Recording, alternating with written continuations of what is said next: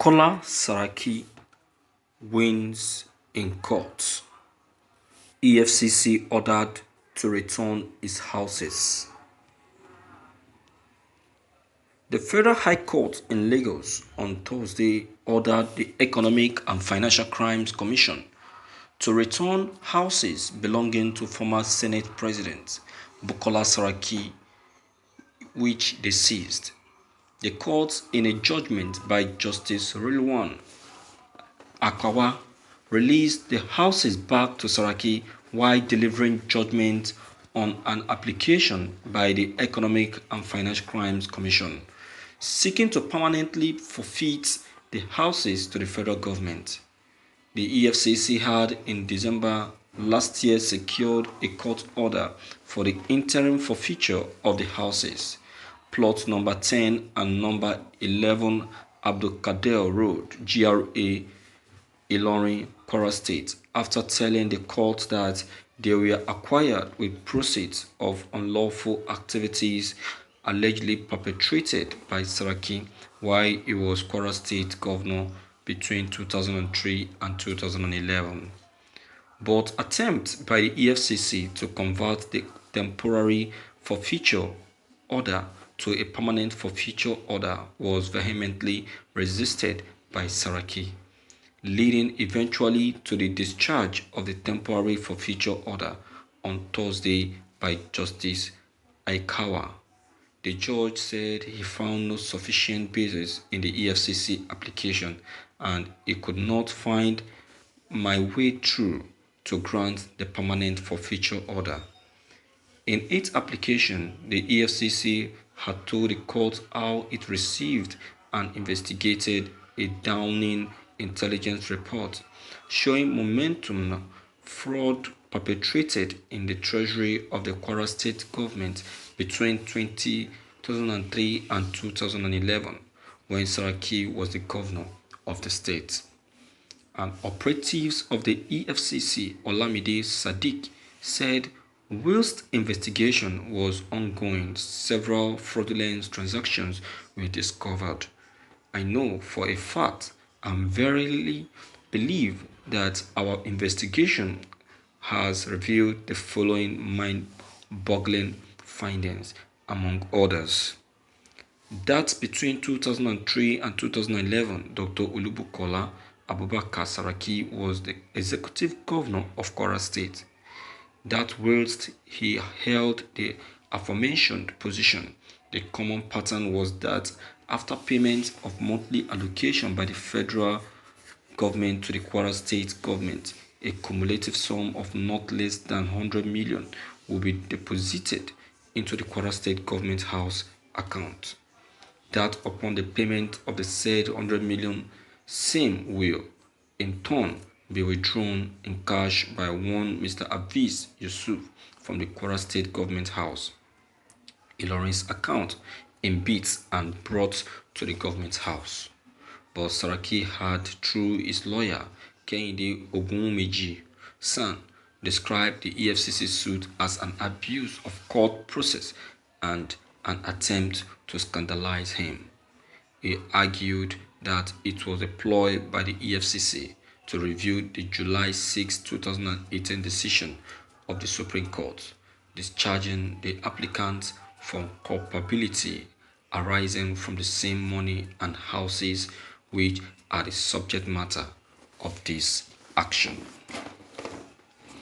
Thank you for listening to this news. Well, it's a victory. It's a victory. Anyway, especially to the Sarakis.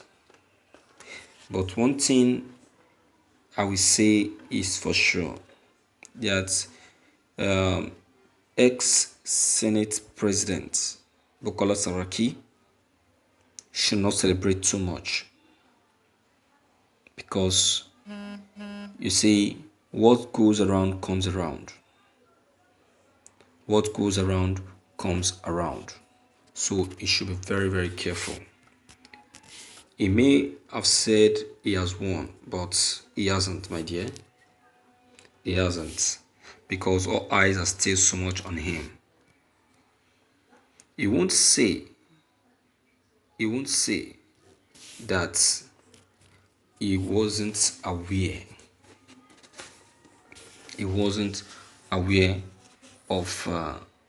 He would say that he wasn't aware of the money, and the money the, that was levied against him.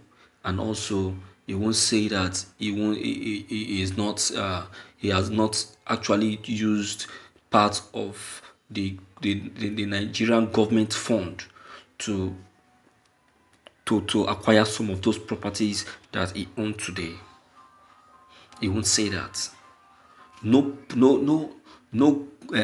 past governor or senator will ever say that. In one way or the other, they may have used the government fund for the personal for their personal self. What about the contracts? What about the allocations? Some of these allocations that have been allocated to some communities, to some areas in the state, some of these allocations, part is being released, while the remaining, either it is either the governor or the senator will keep it for them for their own personal self, then give some tips to the people that they feel they need to give to, while the remaining one becomes their own. So he should not celebrate too much, because eyes are still on him. Eyes are still on him. You understand, my viewers? You see, Nigeria as a country is covered with dubious politicians in government. Is covered with deceitful politicians in government. Look at the case of Margot, for instance. Despite all the proofs, despite all the facts, Margot is still coming out with confidence, saying that he knows nothing about what the people that caught him are saying, or what Nigerians are talking about. This is facts gotten out. This is a reality that was gotten out. Okay, now, then for the case of Oshomole, whose file was seen in his house, what is he going to say about it? And that's the main reason why I'm so much against the release of his personal properties, when everything has not, when the case is not over. So all these things supposed to still, the federal government still supposed to keep all of Margot's things to themselves, pending when the case is over. You see, before you know it, they will release him and let him go scot-free like that. In fact, it is so painful that Nigeria as a country, we experience all this kind of a thing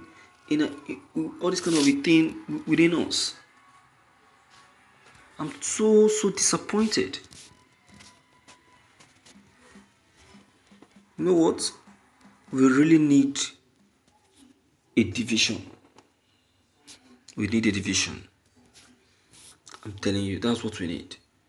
This country needs to be divided and let everyone be on its own. My viewers, based on what has just been said, what is your take? Please don't forget to leave them behind. Click on the subscription buttons as well as bell buttons to get updated whenever we upload any new videos. Thank you.